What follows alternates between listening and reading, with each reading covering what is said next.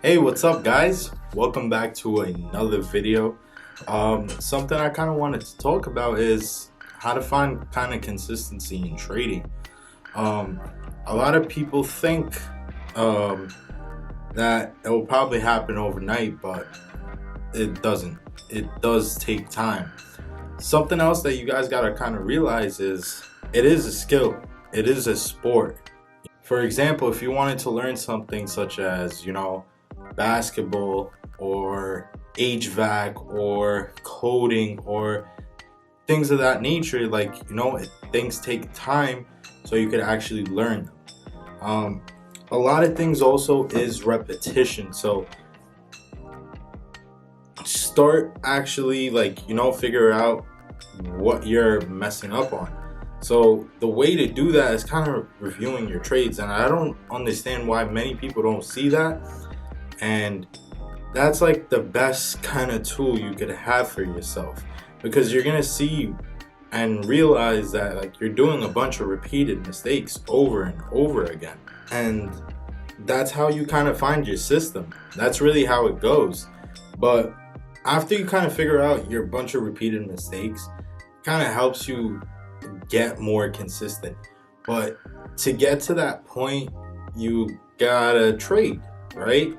Yeah, you gotta trade, you gotta fail, so you gotta know what kind of repeated your mistakes are. During those trial periods, that's where most people kind of fail. And man, that sucks, because why? You already started. Don't give up. Just keep trying and you'll get the hang of it. Honestly, you will. Think about it like this. If you're already thinking about doing it, right, or you're already taking a couple of trades, you're already halfway there. You know what I'm saying? So another thing that we could also do, like the way I kind of take a look at my trading, is I definitely kind of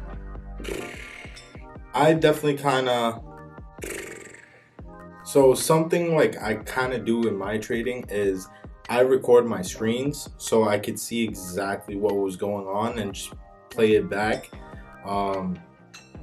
One of the useful devices that I use is the Elgato. There are free softwares like OBS and QuickTime Player for Macs.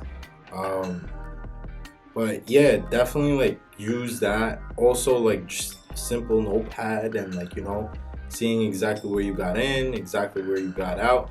That will kind of help you excel in the next level, because you could realize that yo, I'm getting in way too early, or yo, I'm getting out way too early or late.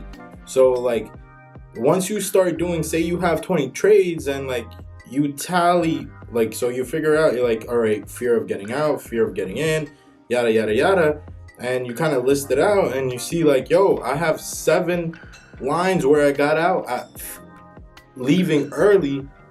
That's something I personally need to work on. And it's you're never gonna stop working on it, you're just gonna keep going. There's always something to get better at. It's like you're sharpening a sword at that point. Once you do get consistent, you're sharpening your sword. Also, once you transition from a certain trading style, the way you trade now is not going to be the way you trade later on. It's always going to keep changing, because you're learning new things about yourself and how your mind works and things of that nature. So yeah, definitely. And so I'm just going to talk about something I used to struggle with is, every time, this is in the very beginning, every time I got into a position, I would hold my losers and I would get fearful of greed, so I would sell early. So I wouldn't be making that much money, but that's something that I had to work on personally and focus on my game plan. And that's something I was doing repetitively until I kind of figured it out once I started journaling. And you also got to start putting time in outside the market.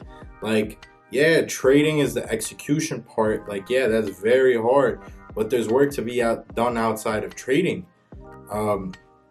Just being well prepared will get you ahead of majority of people. Actually waking up early and doing your charts and the news and all that matters. Every single thing matters.